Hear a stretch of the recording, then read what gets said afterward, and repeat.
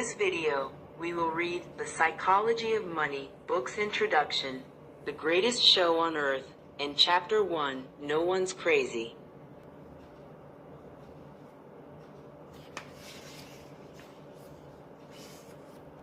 Four. My parents, who teach me. Gretchen, who guides me. Miles and Reese, who inspire me.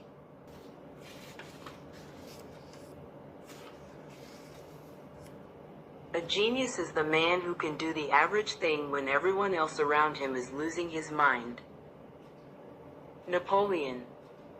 The world is full of obvious things which nobody by any chance ever observes. Sherlock Holmes. Introduction. The Greatest Show on Earth. I spent my college years working as a valet at a nice hotel in Los Angeles. One frequent guest was a technology executive. He was a genius, having designed and patented a key component in Wi-Fi routers in his 20s. He had started and sold several companies. He was wildly successful. He also had a relationship with money I'd describe as a mix of insecurity and childish stupidity. He carried a stack of $100 bills several inches thick. He showed it to everyone who wanted to see it and many who didn't. He bragged openly and loudly about his wealth, often while drunk and always apropos of nothing. One day he handed one of my colleagues several $1,000s of cash and said, "Go to the jewelry store down the street and get me a few $1,000 gold coins." An hour later, gold coins in hand, the tech executive and his buddies gathered around by a dock overlooking the Pacific Ocean. They then proceeded to throw the coins into the sea, skipping them like rocks, cackling as they argued whose went furthest. Just for fun. Days later he shattered a lamp in the hotel's restaurant. A manager told him it was a $500 lamp and he'd have to replace it. "You want $500? The executive asked incredulously, while pulling a brick of cash from his pocket and handing it to the manager. "Here's $5,000. Now get out of my face. And don't ever insult me like that again." You may wonder how long this behavior could last, and the answer was not long. I learned years later that he went broke. The premise of this book is that doing well with money has a little to do with how smart you are and a lot to do with how you behave. And behavior is hard to teach, even to really smart people. A genius who loses control of their emotions can be a financial disaster. The opposite is also true. Ordinary folks with no financial education can be wealthy if they have a handful of behavioral skills that have nothing to do with formal measures of intelligence. My favorite Wikipedia entry begins, "Ronald James Reed was an American philanthropist, investor, janitor, and gas station attendant." Ronald Reed was born in rural Vermont. He was the first person in his family to graduate high school, made all the more impressive by the fact that he hitchhiked to campus each day. For those who knew Ronald Reed, there wasn't much else worth mentioning. His life was about as low-key as they come. Reed fixed cars at a gas station for 25 years and swept floors at JCPenney for 17 years. He bought a 2-bedroom house for $12,000 at age 38 and lived there for the rest of his life. He was widowed at age 50 and never remarried. A friend recalled that his main hobby was chopping firewood. Reed died in 2014, age 92, which is when the humble rural janitor made international headlines. 2,813,503 Americans died in 2014. Fewer than 4,000 of them had a net worth of over $8 million when they passed away. Ronald Reed was one of them. In his will, the former janitor left $2 million to his stepkids and more than $6 million to his local hospital and library. Those who knew Reed were baffled. Where did he get all that money? It turned out there was no secret. There was no lottery win and no inheritance. Reed saved what little he could and invested it in blue-chip stocks. Then he waited, for decades on end, as tiny savings compounded into more than $8 million. That's it, from janitor to philanthropist. A few months before Ronald Reed died, another man named Richard was in the news.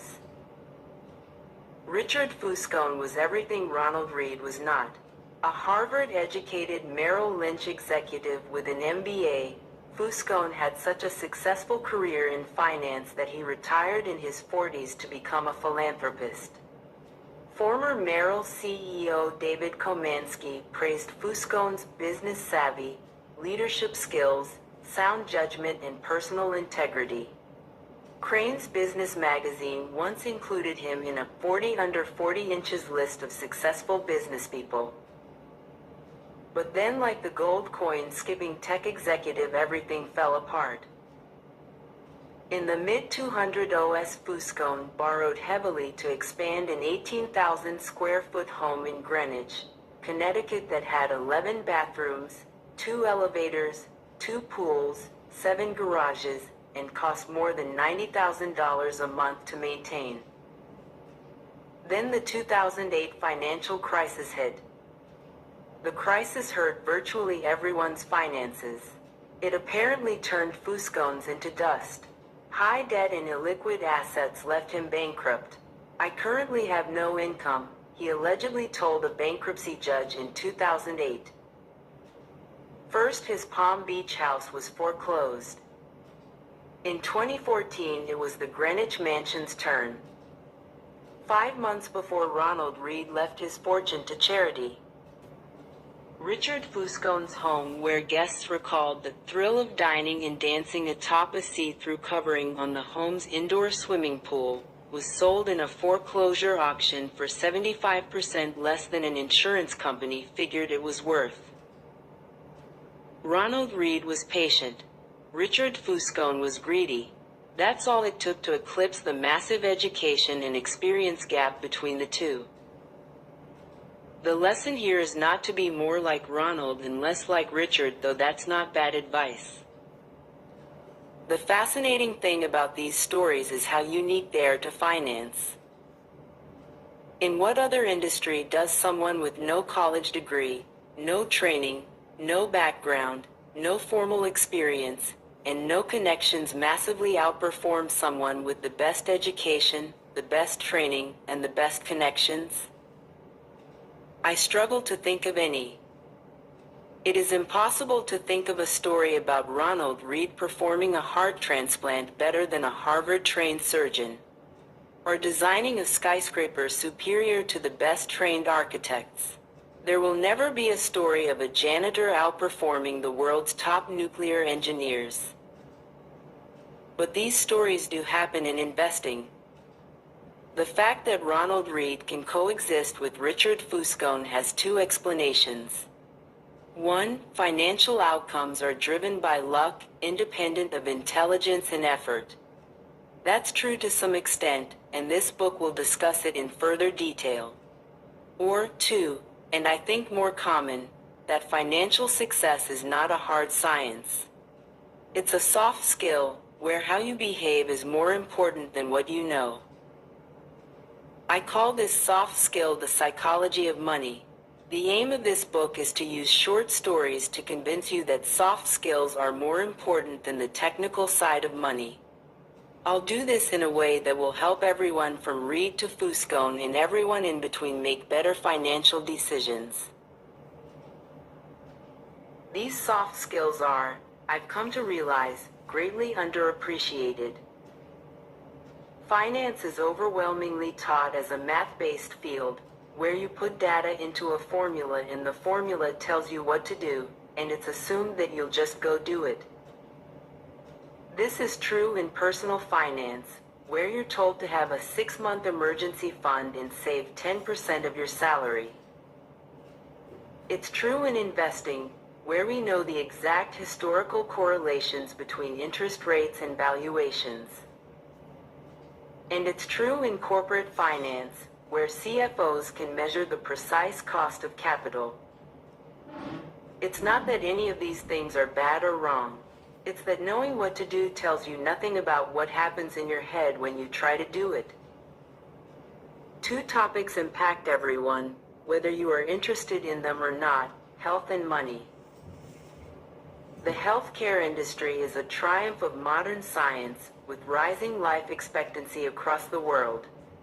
Scientific discoveries have replaced doctors' old ideas about how the human body works, and virtually everyone is healthier because of it. The money industry, investing, personal finance, business planning is another story. Finance has scooped up the smartest minds coming from top universities over the last 2 decades. Financial engineering was the most popular major in Princeton's School of Engineering a decade ago. Is there any evidence it has made us better investors? I have seen none. Through collective trial and error over the years, we learned how to become better farmers, skilled plumbers, and advanced chemists. But has trial and error taught us to become better with our personal finances? Are we less likely to bury ourselves in debt? More likely to save for a rainy day? Prepare for retirement? Have realistic views about what money does and doesn't do to our happiness? I've seen no compelling evidence. Most of the reason why, I believe, is that we think about and are taught about money in ways that are too much like physics, with rules and laws, and not enough like psychology, with emotions and nuance.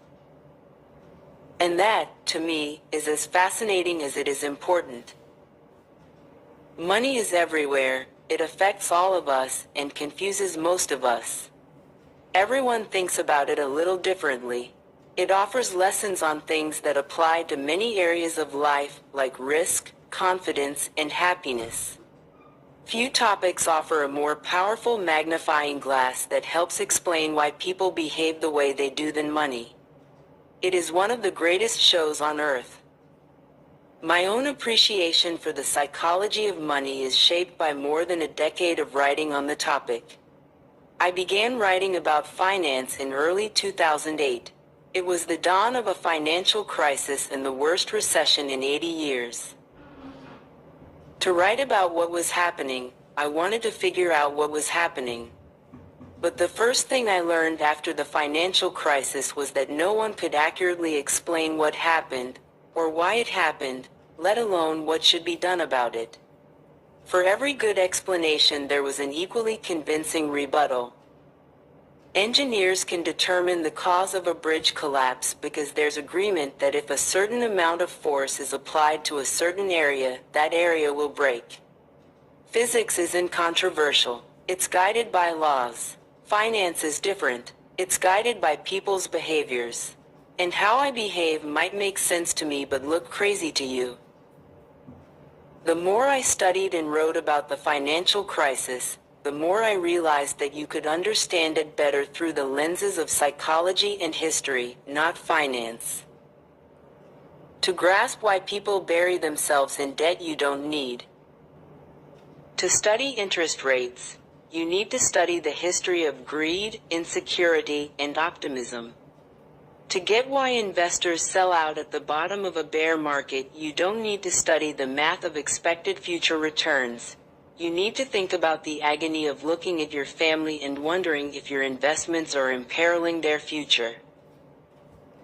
I love Voltaire's observation that history never repeats itself, man always does. It applies so well to how we behave with money. In 2018, I wrote a report outlining 20 of the most important flaws, biases, and causes of bad behavior I've seen affect people when dealing with money. It was called The Psychology of Money, and over 1 million people have read it. This book is a deeper dive into the topic. Some short passages from the report appear unaltered in this book. What you're holding is 20 chapters. each describing what I consider to be the most important and often counterintuitive features of the psychology of money. The chapters revolve around a common theme, but exist on their own and can be read independently. It's not a long book. You're welcome. Most readers don't finish the books they begin because most single topics don't require 300 pages of explanation. I'd rather make 20 short points you finish than one long one you give up on. On we go.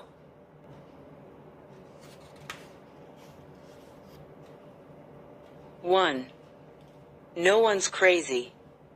Your personal experiences with money make up maybe 0.000000001% of what's happened in the world, but maybe 80% of how you think the world works.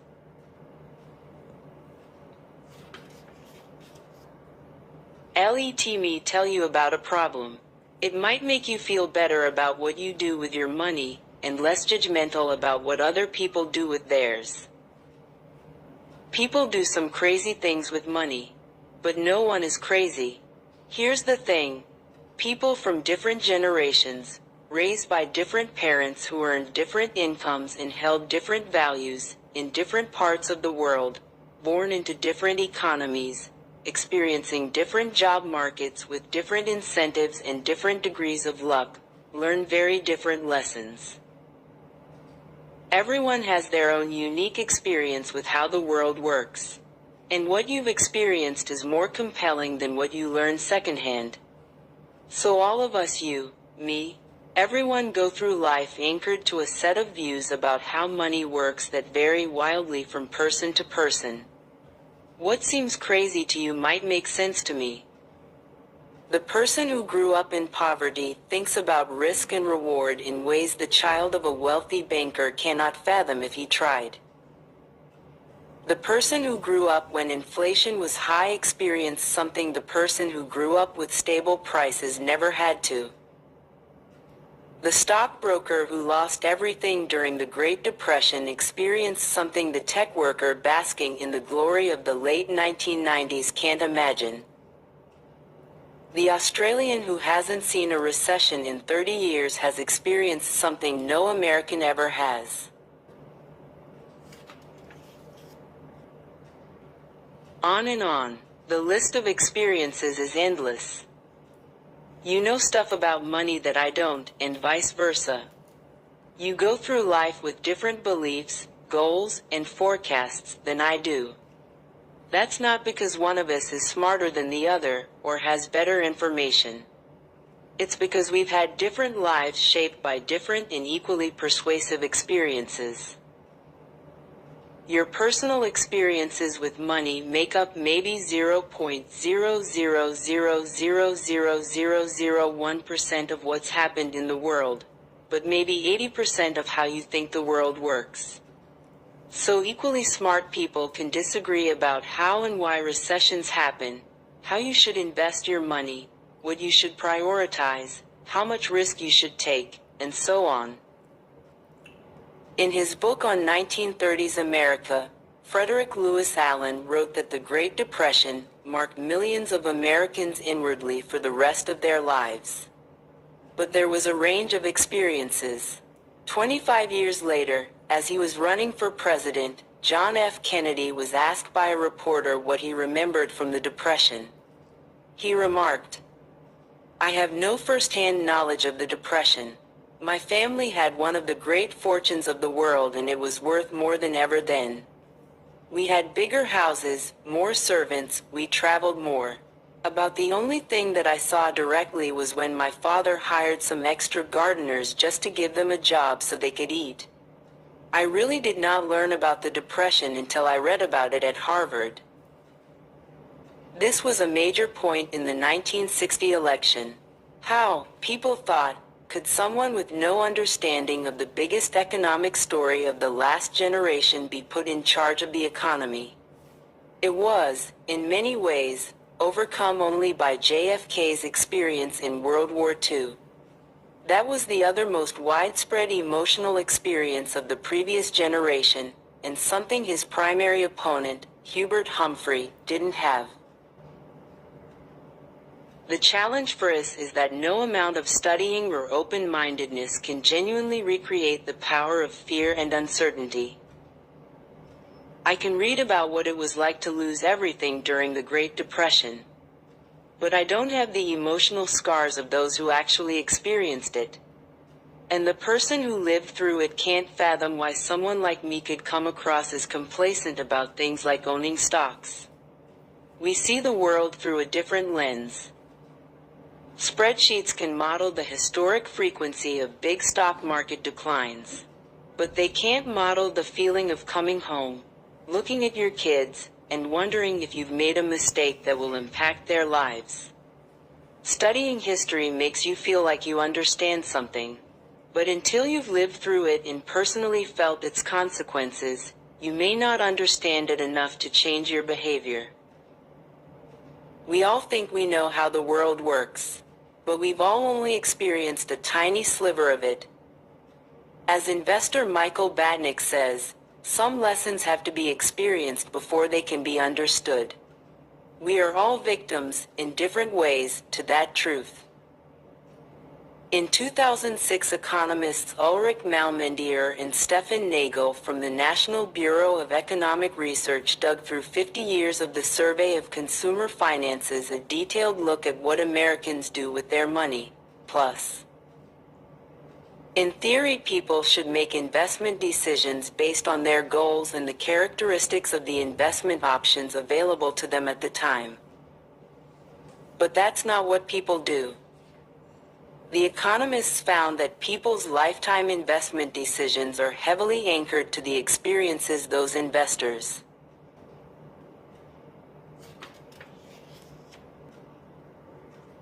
had in their own generation, especially experiences early in their adult life. If you grew up when inflation was high, you invested less of your money in bonds later in life compared to those who grew up when inflation was low. If you happened to grow up when the stock market was strong, you invested more of your money in stocks later in life compared to those who grew up when stocks were weak. The economists wrote, "Our findings suggest that individual investors' willingness to bear risk depends on personal history, not intelligence, or education, or sophistication, just the dumb luck of when and where you were born." The Financial Times interviewed Bill Gross, the famed bond manager, in 2019.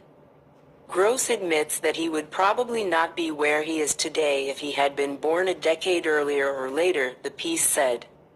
Gross's career coincided almost perfectly with a generational collapse in interest rates that gave bond prices a tailwind.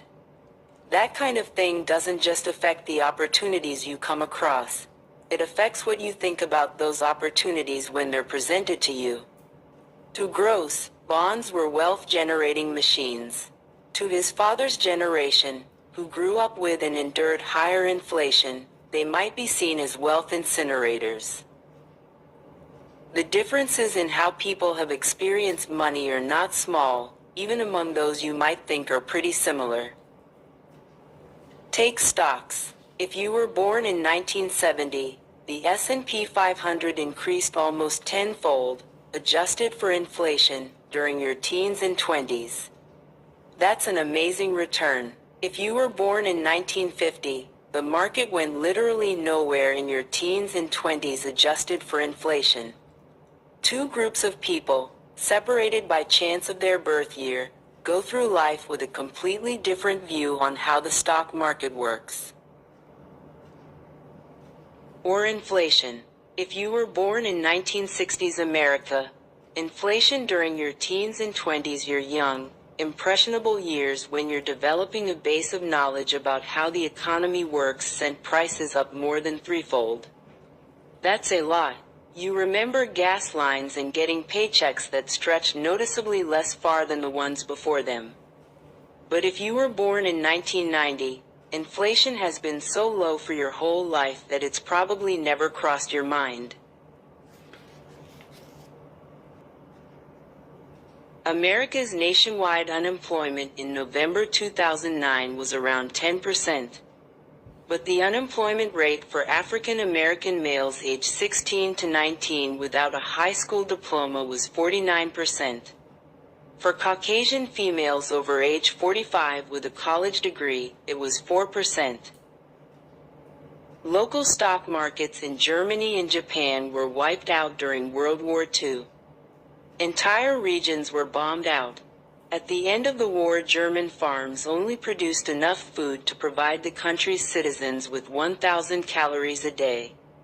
Compare that to the U.S., where the stock market more than doubled from 1941 through the end of 1945, and the economy was the strongest it had been in almost 2 decades. No one should expect members of these groups to go through the rest of their lives thinking the same thing about inflation, or the stock market, or unemployment, or money in general. No one should expect them to respond to financial information the same way. No one should assume they are influenced by the same incentives. No one should expect them to trust the same sources of advice.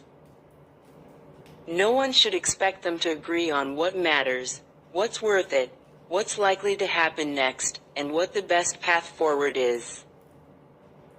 Their view of money was formed in different worlds. And when that's the case, a view about money that one group of people thinks is outrageous can make perfect sense to another. A few years ago, the New York Times did a story on the working conditions of Foxconn, the massive Taiwanese electronics manufacturer. The conditions are often atrocious. Readers were rightly upset, but a fascinating response to the story came from the nephew of a Chinese worker, who wrote in the comment section, "My aunt worked several years in what Americans call sweatshops. It was hard work, long hours, small wage, poor working conditions. Do you know what my aunt did before she worked in one of these factories? She was a prostitute." The idea of working in a sweatshop, compared to that old lifestyle, is an improvement, in my opinion. I know that my aunt would rather be exploited by an evil capitalist boss for a couple of dollars than have her body be exploited by several men for pennies. That is why I am upset by many Americans thinking, we do not have the same opportunities as the West. Our governmental infrastructure is different. The country is different. Yes, factory is hard labor. Could it be better? Yes, but only when you compare such to American jobs. I don't know what to make of this. Part of me wants to argue fiercely. Part of me wants to understand. But mostly it's an example of how different experiences can lead to vastly different views within topics that one side intuitively thinks should be black and white.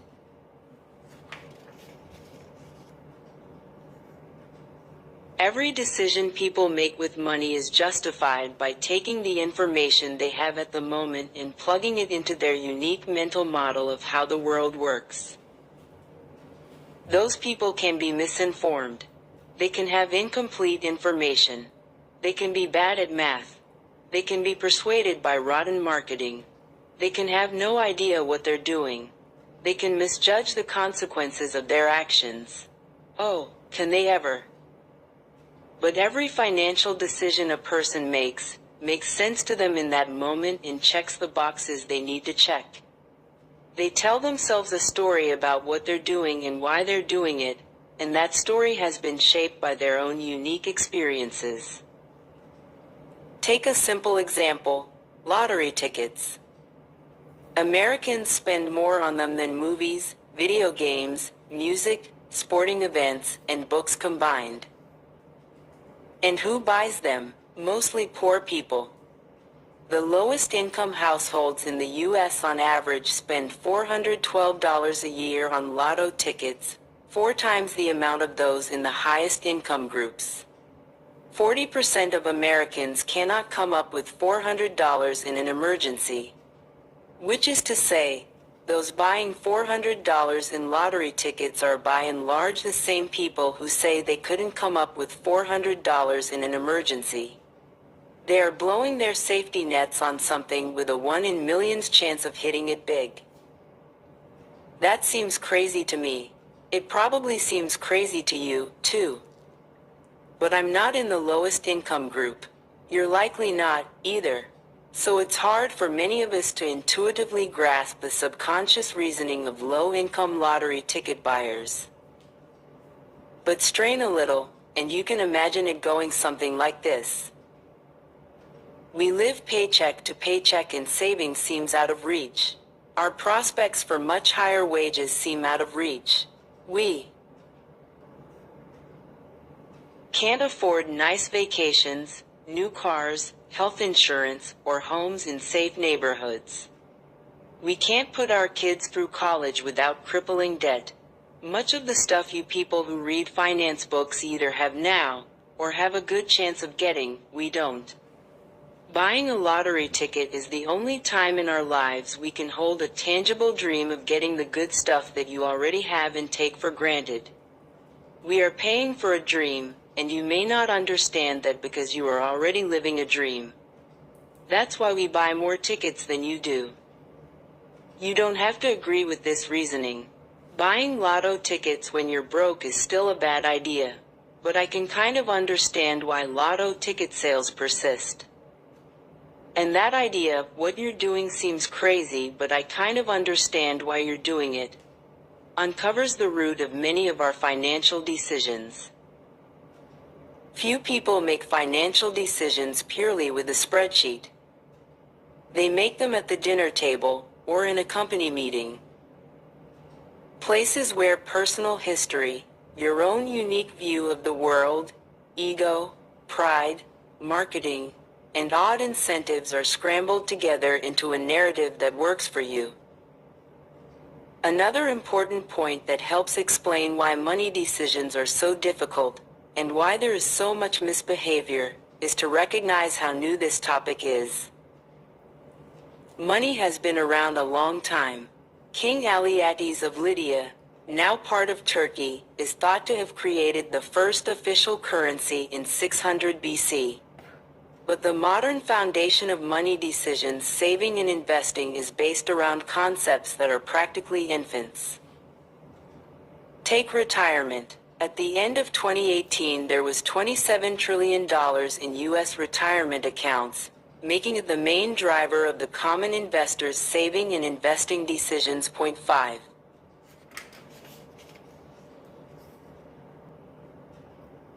But the entire concept of being entitled to retirement is, at most, 2 generations old. Before World War II, most Americans worked until they died. That was the expectation and the reality.